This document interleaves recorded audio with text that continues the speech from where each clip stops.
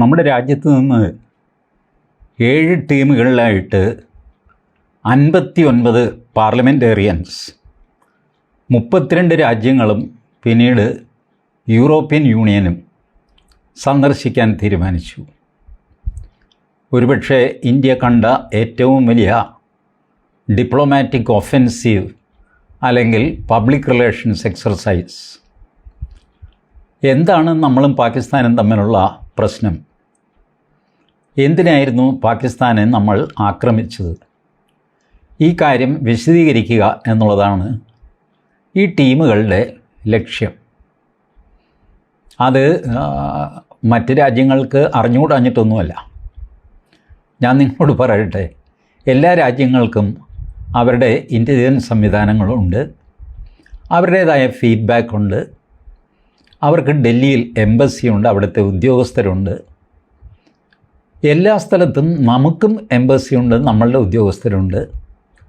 ഇവരൊക്കെ തമ്മിൽ കണ്ടിന്യൂസ് കമ്മ്യൂണിക്കേഷനുണ്ട്. അതുകൊണ്ട് ആരെന്ത് ചെയ്യുന്നു, ഇന്ത്യ എന്ത് ചെയ്തു, എന്തിന് ചെയ്തു, പാകിസ്ഥാൻ എന്ത് ചെയ്തു, എന്തിന് ചെയ്തു, ഇതൊക്കെ എല്ലാവർക്കും അറിയാം. സോഷ്യൽ മീഡിയയിലോ അല്ലെങ്കിൽ മെയിൻ സ്ട്രീം മീഡിയയിലോ ഉള്ള നരേറ്റീവ് വാറിൽ നമ്മൾ അല്പം പുറകിലാണ് എന്നൊരു പക്ഷേ ഗവൺമെൻറ് വിലയിരുത്തി കാണും. അങ്ങനെയല്ല, അവിടെയും നമ്മൾ മുന്നിൽ തന്നെ വരണം. Foreign news paper, foreign media, ഇതിലെല്ലാം ഈ വാർത്ത വരണം. അങ്ങനെ പാകിസ്ഥാൻ്റെ തനിനിറം തുറന്ന് കാണിക്കണം. പ്രത്യേകിച്ചും നമ്മൾ അവരുടെ ന്യൂക്ലിയർ സൈറ്റിൽ ചെറുതായിട്ടാണെങ്കിലും ഒന്ന് ചവിട്ടിയ സ്ഥിതിക്ക് ലോകരാജ്യങ്ങളുടെ എല്ലാം നെറ്റിച്ചുളിഞ്ഞ് കാണും എന്ന് നാം കരുതുന്നു. അത് സത്യമാണ് താനും. എല്ലാവർക്കും കൺസേൺ ഉണ്ടാകുന്നൊരു കാര്യമാണല്ലോ ന്യൂക്ലിയർ ഇഷ്യൂ. അപ്പോൾ ഇതൊക്കെ വെച്ചിട്ട് ഒരു 7 ടീമിനെ ഉണ്ടാക്കാൻ ഗവൺമെൻറ് ഓഫ് ഇന്ത്യ തീരുമാനിക്കുന്നു. ഓർക്കണം, ഗവൺമെൻറ് ഓഫ് ഇന്ത്യയാണ്, ഭാരതീയ ജനതാ പാർട്ടി അല്ല. ഗവൺമെൻറ് ഓഫ് ഇന്ത്യ എല്ലാ പാർട്ടിയിൽ നിന്നും അവർക്ക് ഫിറ്റാണെന്ന് തോന്നുന്ന ആളുകളെ ഈ സംഘാംഗങ്ങളായിട്ട് തിരഞ്ഞെടുക്കുന്നു. കോൺഗ്രസ് അവരുടെ ഒരു 4 പേരുടെ ലിസ്റ്റ് കൊടുക്കുന്നു. ആ ലിസ്റ്റ് കൊടുത്തത് ഗവൺമെൻറ് ചോദിച്ചിട്ടാണോ അതോ ചോദിക്കാതെ തന്നെയാണോ എന്നുള്ളത് വ്യക്തമായിട്ട് എനിക്ക് മനസ്സിലായിട്ടില്ല. നിങ്ങൾക്കാർക്കെങ്കിലും മനസ്സിലായെങ്കിൽ ഓക്കെ. എനിക്കത് മനസ്സിലായില്ല, എന്തിനീ 4 ലിസ്റ്റ് കൊടുത്തു എന്നുള്ളത്. ഗവൺമെൻറ് പാർലമെൻറ്റിൽ നിന്ന്, രാജ്യസഭയിൽ നിന്നും ലോക്സഭയിൽ നിന്നും ആളുകളെ നോമിനേറ്റ് ചെയ്യുമ്പോൾ അതൊരു നോമിനേഷനാണ്. അത് ഇന്ന പാർട്ടിയിൽ നിന്ന് ഇന്ന ആളെ നോമിനേറ്റ് ചെയ്യണമെന്ന് ആ പാർട്ടി എഴുതി കൊടുക്കേണ്ട കാര്യമില്ല. ഒരാളിനെ ഗവൺമെൻറ് തീരുമാനിക്കുന്നു, 1-2 പേരെ, which they deem it fit. ഇവർ പോയി കഴിഞ്ഞാൽ നമ്മളുടെ ഉദ്ദേശം നടക്കും, രാഷ്ട്രത്തിൻ്റെ ഉദ്ദേശം നടക്കും എന്ന് തോന്നിയിട്ട് ഗവൺമെൻറ് നോമിനേറ്റ് ചെയ്യുന്നതാണ്. അതിൽ വിവാദമുണ്ടാകേണ്ട കാര്യമൊന്നുമില്ല. അതല്ലാതെ ഞങ്ങൾ തീരുമാനിക്കും ആര് പോകണമെന്ന് അല്ലല്ലോ, ഗവൺമെൻറ്റാണല്ലോ തീരുമാനിക്കുന്നത്. ഗവൺമെൻറ്റിൻ്റെ ഒരു നരേറ്റീവ്, ഗവൺമെൻറ് ഓഫ് ഇന്ത്യയുടെ ഒരു നരേറ്റീവ് ഭംഗിയായിട്ട് ആർക്ക് അവതരിപ്പിക്കാൻ പറ്റും എന്ന് ഗവൺമെൻറ്റിനൊരു ധാരണയുണ്ട്. ആ ധാരണയനുസരിച്ച്, ആ ധാരണ ഒരുപക്ഷെ തെറ്റായിരിക്കാം, പക്ഷേ അതാണ് ഗവൺമെൻറ്റിൻ്റെ ധാരണ, അതനുസരിച്ച് അവർ പ്രവർത്തിക്കുന്നു. ഇപ്പോൾ നരസിംഹറാവുവിൻ്റെ കാലത്ത് യുണൈറ്റഡ് നേഷൻസിൽ അന്ന് ഓപ്പോസിഷൻ ലീഡറായിരുന്ന വാജ്പേയിയുടെ നേതൃത്വത്തിലാണ് ഒരു ഡെലിഗേഷൻ പോയത്. ശരിയാണ്, ആ സംഭവത്തെ ഇതുമായിട്ടൊന്നും കൂട്ടിക്കെട്ടരുത്. കാരണം നരസിംഹറാവു എവിടെ നിൽക്കുന്നു, വാജ്പേയി എവിടെ നിൽക്കുന്നു, അവർ തമ്മിലുള്ള ഡൈനാമിക്സ് എവിടെ നിൽക്കുന്നു. ഇന്നത്തെ ലീഡർ ഓഫ് ഓപ്പോസിഷൻ രാഹുൽ ഗാന്ധിക്ക് വാജ്പേയിയുടെ 7 അയൽവക്കത്ത് വരാനുള്ള സാമർഥ്യമുണ്ടോ, കമ്മിറ്റ്മെൻറ്റുണ്ടോ, രാജ്യത്തോട് കമ്മിറ്റ്മെൻറ്റുണ്ടോ? ഇല്ല എന്ന് പലതവണ അദ്ദേഹം തെളിയിച്ചതാണ്. ഇപ്പോഴും ഒരു നിസ്സാര സംഗതിക്ക് നമ്മുടെ വിദേശകാര്യമന്ത്രി പറയുന്നു, പലതവണ ഞങ്ങൾ പാകിസ്ഥാന് മുന്നറിയിപ്പ് കൊടുത്തതാണ്, ഞങ്ങൾ ആക്രമിക്കും എന്ന്. അപ്പോൾ രാഹുൽ ഗാന്ധി അതിൽ കയറി പിടിച്ചിട്ട് അപ്പോൾ ആക്രമണം ഉണ്ടാകും, അത് ഇത്ര സമയത്തുണ്ടാകും എന്നൊക്കെയുള്ള രഹസ്യങ്ങൾ താൻ നേരത്തെ ചോർത്തി കൊടുത്തോ എന്ന് ചോദിച്ച് വഴക്കുണ്ടാക്കുന്നു. എന്താ ചെയ്യുക ഈ മനുഷ്യനോട്? എന്ത് പറയും? മുന്നറിയിപ്പ് കൊടുത്തു എന്ന് പറഞ്ഞു കഴിഞ്ഞാൽ രാജ്യരക്ഷാ രഹസ്യം ചോർത്തി കൊടുത്തു എന്നാണോ അർത്ഥം? അപ്പോൾ പക്ഷേ ആ നിരാശനാണ് രാഹുൽ ഗാന്ധി. ആ കിട്ടിയത് വെച്ചിട്ട് അത് പൊലിപ്പിക്കാമോ എന്ന് നോക്കുന്നു. ഇവിടെയാണ് കോൺഗ്രസ്സിനെ അനുസരിക്കാതെ ശശി തരൂർ പോകാമെന്ന് സമ്മതിക്കുകയും ശശി തരൂരിൻ്റെ നേതൃത്വത്തിലും ഒരു 7 പേര് ഡെലിഗേഷൻ, അവർ അമേരിക്ക അടക്കം കുറച്ച് രാജ്യങ്ങളിൽ ശശി തരൂരും ടീമും ഒക്കെയാണ് പോകുന്നത്. ശശി തരൂരിൻ്റെ യോഗ്യതയായിട്ട് ഇപ്പോൾ എല്ലാവരും കൊണ്ടാടുന്നത് ഫ്ലുവൻ്റായിട്ട് ഇംഗ്ലീഷ് സംസാരിക്കും. ഞാൻ വിനയത്തോടെ ഇതിന് ഒരു എതിര് പറയട്ടെ. ഫ്ലുവൻ്റായിട്ട് ഇംഗ്ലീഷ് സംസാരിച്ചാൽ അത് സത്യമാണ് എന്ന് വിഴുങ്ങുന്ന പൊട്ടന്മാരല്ല മറ്റ് രാജ്യങ്ങളിലിരിക്കുന്നവർ. ഫ്ലുവൻ്റായിട്ട് ഇംഗ്ലീഷ് സംസാരിക്കുന്നത് ഒരു ഒറേറ്ററി സ്കില്ലാണ്, ഒരു പ്രസംഗ വൈഭവമാണ്. ഇവർ പോകുന്നത് പ്രസംഗ മത്സരത്തിനൊന്നും അല്ലല്ലോ. പിന്നെ ഈ ശശി തരൂരിൻ്റെ ഇംഗ്ലീഷ് പ്രസംഗം കൊണ്ട് എന്ത് ഗുണമുണ്ടാകുമെന്നാണ് വിചാരിക്കുന്നത്? അവിടെ പോയി കഴിഞ്ഞാൽ മറ്റ് രാജ്യങ്ങൾ ശശി തരൂരിന് ഒരു 1.25 മണിക്കൂർ ഇംഗ്ലീഷിൽ അങ്ങോട്ട് പ്രസംഗിക്കാനായിട്ട് അവസരം കൊടുക്കുമെന്നാണ്.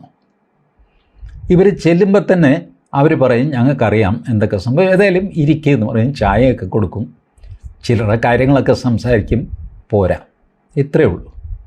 ഒരു രാജ്യവും നമ്മുടെ MP-മാർ ചെന്ന് കണ്ടു എന്നുള്ള ഒറ്റക്കാരണം കൊണ്ട് നമ്മളുടെ ഭാഗത്തേക്ക് മാറാനൊന്നും പോകുന്നില്ല. നമ്മളുടെ ഭാഗത്ത് നിൽക്കുന്നവർ നമ്മളെ വിട്ട് എതിർചേരിയിലേക്ക് പോകാനും പോകുന്നില്ല. They are capable of taking their own independent decisions. ഇത് കൂടാതെ ഇന്ത്യയും പാകിസ്ഥാനും തമ്മിൽ എന്ത് സംഭവിച്ചാലും ഞങ്ങൾക്കൊന്നുമില്ല എന്ന് പറഞ്ഞ് ജീവിക്കുന്ന എത്രയോ രാജ്യങ്ങളുണ്ട്. ഭൂരിപക്ഷം രാജ്യങ്ങൾ അങ്ങനെയാണ്. ഇപ്പോൾ ട്രംപിനെ പറ്റി പറയുമല്ലോ, ഇന്ത്യ പാകിസ്ഥാൻ സമാധാനം ഉണ്ടാക്കിയത് ഞാനാണ് എന്ന് ട്രംപ് വമ്പ് പറഞ്ഞത് എന്തിനാണ് ചോദ്യം. അപ്പോൾ അതിന് കിട്ടുന്ന മറുപടി, ട്രംപ് അത് നിങ്ങൾ കേൾക്കാൻ വേണ്ടി പറഞ്ഞതല്ല, അമേരിക്കക്കാരുടെ മുമ്പിൽ ആൾ കളിക്കാൻ വേണ്ടി പറഞ്ഞതാണ്. ഇതൊന്ന് നിങ്ങൾ പരിശോധിച്ച് നോക്കി. അമേരിക്കക്കാരുടെ മുമ്പിൽ ആൾ കളിക്കാനായിട്ട് ഇന്ത്യയും പാകിസ്ഥാനും തമ്മിൽ സന്ധി ഉണ്ടാക്കി എന്ന് പറഞ്ഞിട്ട് പ്രയോജനമുണ്ട്? 90% അമേരിക്കക്കാർക്കും ഇന്ത്യയും പാകിസ്ഥാനും എങ്ങനെ തൊലഞ്ഞാലും ഒരു ചുക്കുമില്ല എന്നുള്ളവരാണ്. അവരെന്തിനത് ചെയ്യണം?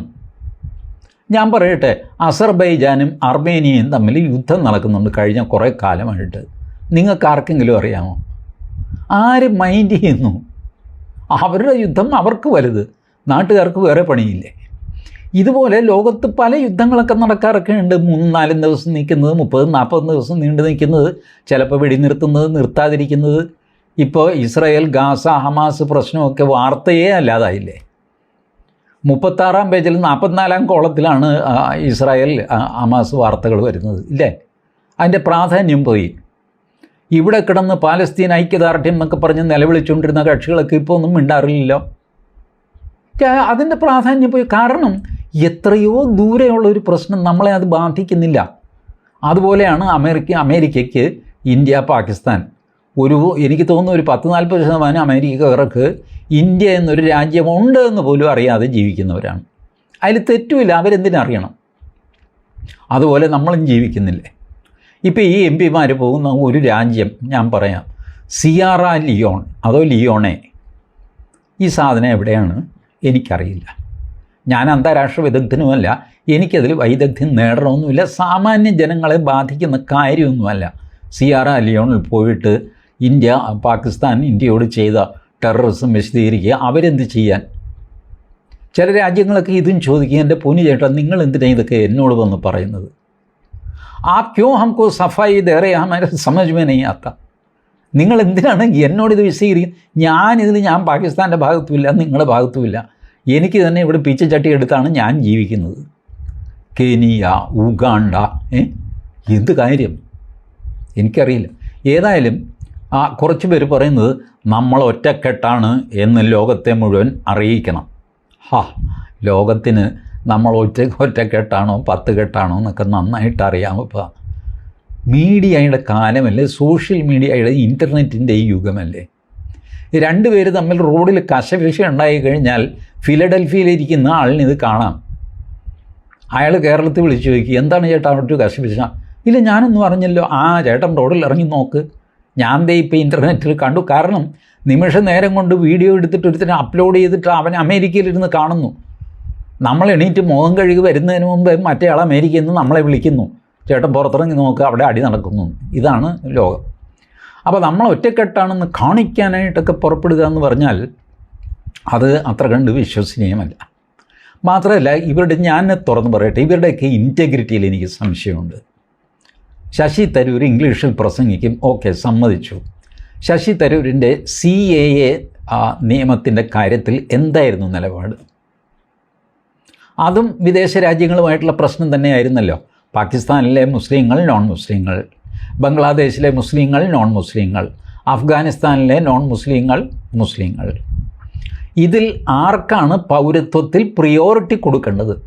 നോൺ മുസ്ലിംസിന് പ്രിയോറിറ്റി കൊടുക്കും എന്നുള്ളതാണ് ഈ സിറ്റിസൺഷിപ്പ് അമെൻമെൻറ്റ് ആക്ട്. മുസ്ലിങ്ങൾക്ക് കൊടുക്കില്ല എന്നല്ല, പ്രിയോറിറ്റി നോൺ മുസ്ലിങ്ങൾക്കായിരിക്കും. അതിൻ്റെ പേരിൽ എന്ത് ബഹളമൊക്കെ നടന്നു. ഓർക്കണില്ലേ, ഷാഹിൻ ബാഗ് റോഡ് മുഴുവൻ ബ്ലോക്ക് ചെയ്ത് 3 മാസം 4 മാസമൊക്കെ കിടന്നത്, എല്ലാവരും നിസ്സഹായരായിട്ട് നോക്കി നിന്നത്. എന്ത് ചെയ്യുകയായിരുന്നു ശശി തരൂർ? എന്തായിരുന്നു അസദുദ്ദീൻ ഒവൈസിയുടെ നിലപാട്? അസദുദ്ദീൻ ഒവൈസി ഇപ്പോൾ വലിയ രാജ്യസ്നേഹിയാണ്. ഓവർനൈറ്റ് മലക്കം മറിഞ്ഞിട്ട് പാകിസ്ഥാൻ മുർദാബാദ് 3 തവണ വിളിച്ചു. ഉടനെ അദ്ദേഹം രാഷ്ട്രവാദിയായി, നാഷണലിസ്റ്റായി, കൊണ്ടാടപ്പെടേണ്ടവനായി. ഈ സംഭവം കാണുമ്പോൾ എനിക്ക് ഓർമ്മ വരുന്നത്, പണ്ട് പട്ടേൽ ഒരു ചോദ്യം ചോദിച്ചിരുന്നു. പാർട്ടീഷൻ കഴിഞ്ഞ് പട്ടേലിൻ്റെ ആദ്യത്തെ പൊതുയോഗം ലഖ്നൗവിൽ വെച്ച് പാകിസ്ഥാനിലേക്ക് പോകാതെ ഇന്ത്യയിൽ നിൽക്കുന്ന മുസ്ലിങ്ങളോട് അദ്ദേഹം ചോദിച്ചു, എന്താണ് ഈ 3-4 ദിവസം കൊണ്ട് നിങ്ങൾക്ക് സംഭവിച്ചത്? 3 ദിവസം മുമ്പ് വരെ നിങ്ങൾ പാകിസ്ഥാന് അനുകൂലമായിട്ട് വോട്ട് ചെയ്തവരാണ്. 1946 തെരഞ്ഞെടുപ്പിൽ മുസ്ലിം ലീഗിന് മുസ്ലിങ്ങളുള്ള സ്ഥലത്തെല്ലാം ബഹുഭൂരിപക്ഷം അവർക്ക് കിട്ടിയതാണ്. മുസ്ലിം ലീഗിന് തമിഴ്നാട്ടിലും കേരളത്തിനും അടക്കം എല്ലാവരും ജിന്നയുടെ കൂടെയായിരുന്നു. പാർട്ടീഷൻ നടന്ന് പാകിസ്ഥാൻ ഉണ്ടായിക്കഴിഞ്ഞപ്പോൾ ഉണ്ടല്ലോ, ഞങ്ങൾക്ക് പാകിസ്ഥാനിൽ പോകണ്ട, ഞങ്ങൾക്ക് ഹിന്ദുസ്ഥാൻ മതിയെന്ന്. പട്ടേൽ ചോദിച്ചു, ഇതെന്താ ഈ മലക്കം പറയുന്നതിൻ്റെ ആവശ്യം എന്താ? അപ്പോൾ ഇന്നലെ വരെ നിങ്ങൾ എന്തിനാണ് ഇത് ചോദിച്ചുകൊണ്ടിരുന്നത്? അത് അവർക്ക് കൊടുക്കാൻ. ഇത് ഞങ്ങൾ വേറെ മേടിച്ചോളാം ഇവിടെ താമസിച്ച്. ഈ മനംമാറ്റത്തെ, ഈ ടെക്നിക്കിനെയാണ് സർദാർ പട്ടേൽ മുഖത്ത് നോക്കി ചോദ്യം ചെയ്തത്. ഞാനും ഈ ചോദ്യം ചോദിക്കുകയാണ് ശശി തരൂരിനോടും അസദുദ്ദീൻ ഒവൈസിയോടും പ്രത്യേകിച്ചും. എന്നാണ് നിങ്ങൾ രാജ്യസ്നേഹികളായത്? എപ്പോഴാണ് നിങ്ങൾക്ക് ഈ മാറ്റം സംഭവിച്ചത്? പാകിസ്ഥാനും ഇന്ത്യയും തമ്മിൽ ഒരു വയലൻ്റായ ഒരു യുദ്ധം, 4 ദിവസത്തെ യുദ്ധം നടന്നതുകൊണ്ടോ പെട്ടെന്ന് നിങ്ങൾ രാജ്യസ്നേഹിയാകുകയും പെട്ടെന്ന് നിങ്ങൾക്ക് ഭാരതമാതാവിനെ ഓർമ്മ വരികയും പെട്ടെന്ന് നിങ്ങൾക്ക് പാകിസ്ഥാൻ ശത്രുവാണെന്ന് മനസ്സിലാകുകയും ഇതൊക്കെ ഇത്ര പെട്ടെന്നങ്ങ് സംഭവിച്ചോ? then I have serious doubt in your character and integrity. ഒരു ദിവസത്തെ പ്രസംഗം കൊണ്ട്, ഒരു മുദ്രാവാക്യം വിളി കൊണ്ട് ആരും ദേശീയവാദി ആകുന്നില്ല. ഇംഗ്ലീഷ് സംസാരിക്കാനാണെങ്കിൽ ശശി തരൂരിനേക്കാൾ ബെറ്റർ ആളാണ് പി ചിദംബരം, ഇല്ലേ? ചിദംബരവും അല്പം ഇന്ത്യ സഖ്യത്തിൽ ഉടക്കി നിൽക്കുകയാണ്. ശശി തരൂരിനേക്കാൾ സമർത്ഥനാണ്. സുപ്രീം കോടതിയിലെ സീനിയർ അഡ്വക്കേറ്റാണ്. ശശി തരൂർ കടുകട്ടിയായ ഇംഗ്ലീഷ് വാക്കുകൾ ഉപയോഗിച്ച് ആളുകളെ കൊണ്ട് ഡിക്ഷണറി എടുപ്പിക്കും. ചിദംബരം അത് ചെയ്യില്ല. സിമ്പിൾ ഇന്ത്യൻ ഇംഗ്ലീഷ് അതിമനോഹരമായിട്ട് സംസാരിച്ച് നല്ലൊരു അന്തരീക്ഷം ഉണ്ടാക്കാൻ മിടുക്കനാണ് പി ചിദംബരം. നിങ്ങൾ ശ്രദ്ധിച്ചു കാണും. അദ്ദേഹം ആഭ്യന്തര സഹമന്ത്രിയായിരുന്നു, ആഭ്യന്തരമന്ത്രിയായിരുന്നു, കൊമേഴ്സ് മിനിസ്റ്ററായിരുന്നു, ഫിനാൻസ് മിനിസ്റ്ററായിരുന്നു. അപ്പോഴൊക്കെ വളരെ ലോ ടോണിൽ സോഫ്റ്റായിട്ട് ആ മനുഷ്യൻ സംസാരിക്കുമ്പോൾ ഉണ്ടാകുന്ന അന്തരീക്ഷം വല്ലാത്തൊരു അന്തരീക്ഷമാണ്. ചിദംബരവും BJPയിൽ ഒരു ലാറ്ററൽ എൻട്രി ആഗ്രഹിക്കുന്ന ആളാണ്. ചിദംബരം ഇതിനു മുമ്പ് വാജ്പേയി ഭരിക്കുന്ന കാലത്ത് അതൊരു നന്ദികേടിൻ്റെ കഥയും കൂടെയാണ്. ചിദംബരം കോൺഗ്രസ്സിലായിരുന്നു. കറുപ്പയ്യ മൂപ്പനാർ തമിഴ് മാനില കോൺഗ്രസ് ഉണ്ടാക്കി. അതും TMC ആണ് കേട്ടോ. ഇപ്പോൾ TMC എന്ന് കേട്ട് കഴിയുമ്പോൾ പെട്ടെന്ന് തൃണമൂൽ കോൺഗ്രസ് എന്ന് വിചാരിക്കും. ഇത് തമിഴ് മാനില കോൺഗ്രസ്, TMC, കറുപ്പയ്യ മൂപ്പനാരുടെ. അതിൽ ചേർന്നു ചിദംബരം. കോൺഗ്രസുമായിട്ട് നിരന്തരം മണിശങ്കറയ്യരുമായിട്ട് വാഗ്വാദവും ബഹളവും. സൺഡേ എന്ന മാഗസിനിൽ ലേഖനത്തോട് ലേഖനം, കൗണ്ടർ ലേഖനം എഴുതിക്കൊണ്ടിരുന്നു ഇവർ. ഒരുപാട് ചീത്ത പറഞ്ഞു ചിദംബരം കോൺഗ്രസ്സിനെ. കറുപ്പയ്യ മൂപ്പനാർ മരിച്ചു കഴിഞ്ഞപ്പോൾ TMC മുന്നോട്ട് കൊണ്ടുപോകാനുള്ള സാമർഥ്യമൊന്നും ചിദംബരത്തിനില്ല.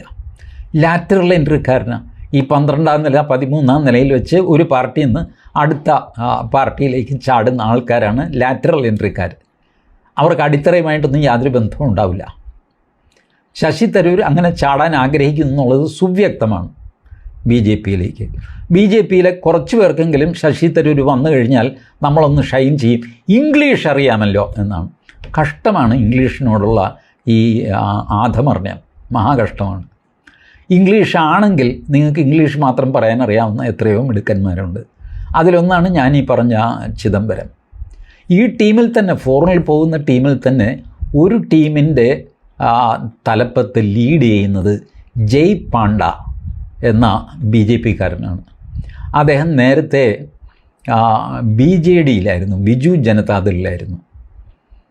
ഒന്നാം തരം നാഷണലിസ്റ്റാണ്. ബിജു ജനതാദളിലുള്ളപ്പോഴും അത് വിട്ട് BJPയിൽ ചേർന്നപ്പോഴും അസാമാന്യമായ വാക്സാമർഥ്യമുണ്ട്. പക്ഷേ ഈ ശശി തരൂരിനെ പോലെ അവിടെ ഇവിടെയൊക്കെ പ്രസംഗിച്ചുകൊണ്ടേ ഇരിക്കുക, എനിക്ക് ഇംഗ്ലീഷ് അറിയാമെന്ന് 10 പേരെ ബോധ്യപ്പെടുത്തിക്കൊണ്ടേയിരിക്കുക, ഒരു പെഡാൻറ്റിക് സ്വഭാവം എന്ന് പറയും, ഞാൻ പണ്ഡിതനാണെന്ന് പ്രസരിപ്പിച്ചുകൊണ്ടിരിക്കുക, ഈ വക കാര്യങ്ങളൊന്നും ജയ് പാണ്ഡയ്ക്കില്ല. ജയ് പാണ്ഡ ക്യാപ്റ്റനാണെങ്കിൽ അതിൻ്റെ വൈസ് ക്യാപ്റ്റൻ നിഷികാന്ത് ദുബെയാണ്. അതിലും താഴെയാണ് അസദുദ്ദീൻ ഒവൈസി, ആ ടീമിലാണ്. എനിക്കത് ഇഷ്ടപ്പെട്ടു കേട്ടോ. മോദി വെറുതെ അല്ല ചില ടീമൊക്കെ ഉണ്ടാക്കുന്നത്. ജയ് പാണ്ഡയുടെയും നിഷികാന്ത് ദുബെയുടെയും കീഴിൽ അസദുദ്ദീൻ ഒവൈസി ഇരുന്നാൽ അസദുദ്ദീൻ ഒവൈസിക്ക് എന്ത് മിണ്ടാനുണ്ടാവും? ഒന്നും മിണ്ടാൻ പറ്റില്ല. എന്നാൽ നിഷികാന്ത് ദുബെയോട് അടങ്ങിയാൽ അടങ്ങാത്ത പകയും അസദുദ്ദീൻ ഒവൈസിക്കുണ്ട്. ഒവൈസി ഈ ടീമിൽ കയറിയിരിക്കുന്നത് പിന്നീട് കണക്ക് പറയാൻ വേണ്ടിയിട്ടാണ്. ഞാൻ തുറന്ന് പറയുകയാണ്. കാരണം നാളെ അയാൾ പറയും, ഞാനാണ് ഇവിടെ ഉള്ളതിൽ ഏറ്റവും വലിയ രാജ്യസ്നേഹി, ഞാനത് തെളിയിച്ചു, എന്നെ പ്രധാനമന്ത്രി ഫോറിനിൽ വിട്ടു, നിങ്ങളെ വിട്ടോ? മറ്റ് BJPക്കാരോട് ഒവൈസി ചോദിക്കും, എടോ തന്നെ വിട്ടോ? ഇല്ലല്ലോ, തന്നെ കൊണ്ട് കൊള്ളുകയില്ല, തൻ്റെ പ്രധാനമന്ത്രിയാണ് എന്നെ നോമിനേറ്റ് ചെയ്ത് വിട്ടത്, എന്നിട്ട് താൻ എന്നെ പേടിപ്പിക്കുന്നോ, എന്നെ പഠിപ്പിക്കുന്നോ? ഇത് വഖഫ് കേസിൽ, ആ കേസിൽ, ഈ കേസിൽ, 4 പെണ്ണ് കെട്ടുന്ന കേസിൽ എല്ലാത്തിലും ഈ ഒവൈസി എടുത്തിട്ട് അലക്കും.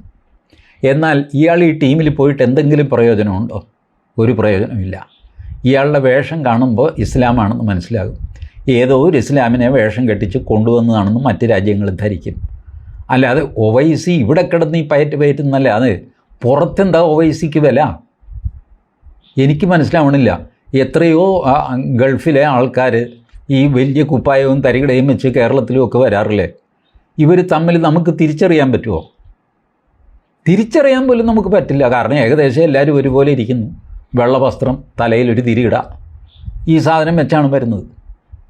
പണ്ട് കാലത്തൊക്കെ സർദാർജിമാരെ തിരിച്ചറിയാൻ മേലായിരുന്നു. മിൽഖാ സിംഗിന് ഒളിമ്പിക്സ് കിട്ടിയാലും സ്വരൺ സിംഗ് വിദേശകാര്യമന്ത്രി ആയാലും മലയാളിയെ സമയത്തോളം ഒരു താടിയും തലപ്പാവുള്ള ഒരു മനുഷ്യൻ. ഇതാണ് മൻമോഹൻ സിംഗിൻ്റെ കാലം മുതലാണ് കുറച്ചെങ്കിലും സിഖുകാരെ നമ്മൾ തിരിച്ചറിയാൻ തുടങ്ങിയത്. അതുകൊണ്ട് അസദുദ്ദീൻ ഒവൈസി പുറത്തു പോയി കഴിഞ്ഞ് ഷൈൻ ചെയ്യുന്നൊക്കെ എനിക്കറിയില്ല.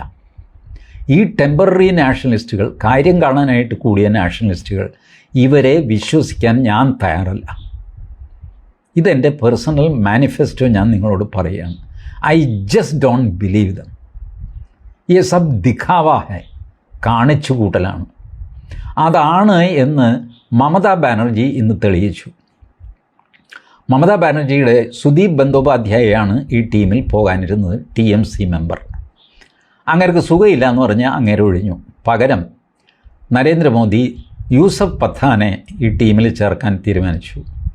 മമത പറഞ്ഞു, യൂസഫ് പത്താൻ വരുന്നില്ല, ഞാൻ ആരെയും വിടുന്നില്ല, എൻ്റെ പാർട്ടി ഈ ടീമിൻ്റെ കൂടെ വരുന്നില്ല, ഇത് ശുദ്ധ പൊളിറ്റിക്സാണ്, ഓപ്പോസിഷനെ ഡിവൈഡ് ചെയ്യാനായിട്ട് നരേന്ദ്രമോദി ഇറക്കുന്ന നമ്പറാണ്, അല്ലാതെ ഇതിനകത്ത് രാഷ്ട്രസ്നേഹമോ ഒരു ചുക്കും അടങ്ങിയിട്ടില്ല എന്ന് തുറന്ന് പറഞ്ഞ് ആദ്യത്തെ വെടിപൊട്ടിച്ചിരിക്കുകയാണ് മമതാ ബാനർജി. കോൺഗ്രസ്സുകാർ ചില്ലറ പടക്കങ്ങളെ പൊട്ടിച്ചുള്ളൂ, പക്ഷേ ആസ്ഥാന വെടിപൊട്ടിച്ചിരിക്കുകയാണ് തൃണമൂൽ കോൺഗ്രസ് അഥവാ മമതാ ബാനർജി. അപ്പോൾ എവിടെ പോയി നിൽക്കുന്നു നമ്മളുടെ ഡെലിഗേഷൻ? ഈ ഡെലിഗേഷൻ ഫോറിനിൽ പോയിട്ട് എന്ത് ചെയ്യും എന്നാണ് നിങ്ങൾ പ്രതീക്ഷിക്കുന്നത്? ഞാനൊന്നും പ്രതീക്ഷിക്കുന്നില്ല. ഗവൺമെൻറ്റിൻ്റെ ഒരു അറ്റംപ്റ്റ് അത് വിജയിക്കട്ടെ എന്ന് ആശംസിക്കുകയല്ലാതെ വിജയിക്കും എന്ന് ഉറപ്പ് പറയാൻ എൻ്റെ മനസ്സാക്ഷി എന്നെ അനുവദിക്കുന്നില്ല. നമ്മളുടെ സോളിഡാരിറ്റി നമ്മൾ ഒറ്റക്കെട്ടാണ് എന്ന് മറ്റുള്ളവരെ വീട്ടിൽ ചെന്ന് ബോധ്യപ്പെടുത്താൻ ശ്രമിക്കുന്നതിൻ്റെ ഒരു ചെറിയ ഒരു ജാള്യവും ഇവരുടെ മുഖത്തുണ്ടാകും സംസാരിക്കുമ്പോൾ. നമ്മളിപ്പോൾ രണ്ട് കുടുംബക്കാർ തമ്മിൽ ഭയങ്കരമായ വഴക്ക് നടക്കുന്നു, അതിർത്തി തർക്കം ബഹളമൊക്കെയാണ്. നമ്മളതിൽ ഇടപെടുന്നില്ല. 4 ദിവസം കഴിയുമ്പോൾ ഇതിലെ ഒരു കുടുംബക്കാർ 3-4 പേര് നമ്മുടെ വീട്ടിൽ വരുന്നു. ഇരിക്കുന്നൊക്കെ പറയുന്നു, ചേട്ടാ ഞങ്ങളുടെ ഭാഗത്താണ് ന്യായം കേട്ടോ, ഞങ്ങൾ അയാളെ ഉപദ്രവിച്ച് വെറുതെ അല്ല, അയാൾ ഇങ്ങനത്തെ തുരപ്പം പണി ചെയ്യുന്നതാണെന്നൊക്കെ അവരുടെ ന്യായം പറയും. നമ്മൾ മിണ്ടാതെ കേട്ടോണ്ടിരിക്കും, ചായയൊക്കെ കൊടുക്കും. ശരി നമസ്കാരം ആയിക്കോട്ടെ. ഇവർ പോയി കഴിയുമ്പോൾ നമ്മൾ വീട്ടിനുള്ളിൽ ചർച്ച ചെയ്യും, അവരെന്തോ പുണ്യവാളന്മാരാണെന്ന് നമ്മളെ അറിയിക്കാനായിട്ട് വന്നതാണ്. പറഞ്ഞിട്ട് പോട്ടെ, നമുക്കിപ്പോൾ എന്ത് കാര്യം, ഇതിൽ ആരുടെ ഭാഗത്താണോ ന്യായം, ഇനി അന്യായമാണോ ജയിക്കുന്നത്, നമുക്കെന്താണെന്നേ ഇതിൽ കാര്യം. ഇങ്ങനെയല്ലേ കൂടുതൽ രാജ്യങ്ങളും വിചാരിക്കുക. യുണൈറ്റഡ് നേഷൻസ് സെക്യൂരിറ്റി കൗൺസിൽ വേറൊരു സംവിധാനമാണ്. അവിടെ പറയേണ്ട പോലെ പറയണം, പറയേണ്ട കാര്യങ്ങളെല്ലാം പറയണം. ബാക്കി യുണൈറ്റഡ് നേഷൻസിൻ്റെ ഒരുപാട് ഫോറംസ് ഉണ്ട്. അവിടെയാണ് ഈ നമ്മളുടെ ടെററിസ്റ്റുകളെ തീരുമാനിക്കുന്നത്. ഇപ്പോൾ ഈ പറഞ്ഞ the resistant front Lashkar e തയ്യബയുടെ ഒരു ബ്രാഞ്ചാണെന്ന് നമുക്ക് തെളിയിക്കേണ്ടിയിരിക്കുന്നു. അതിൻ്റെ തെളിവുകളും സംഗതിയൊക്കെ നമ്മുടെ കയ്യിലുണ്ട്. ഇതൊക്കെ നമ്മളുടെ വിദേശകാര്യ വകുപ്പിൻ്റെ ജോലിയാണ്, അവരത് ചെയ്തോളും. ഇപ്പോൾ ഈ രാഷ്ട്രീയക്കാരുടെ ഒരു ഐക്യം ഡിസ്പ്ലേ ചെയ്യാനായിട്ട് തുടങ്ങി വെച്ചിട്ട് അത് അബദ്ധമായി പോകുമോ എന്നുള്ള ഒരാശങ്ക എനിക്കുണ്ട്. എന്നാലും അത് വിജയിക്കട്ടെ എന്നാണ് ഞാനും പ്രാർത്ഥിക്കുന്നത്. Thank you.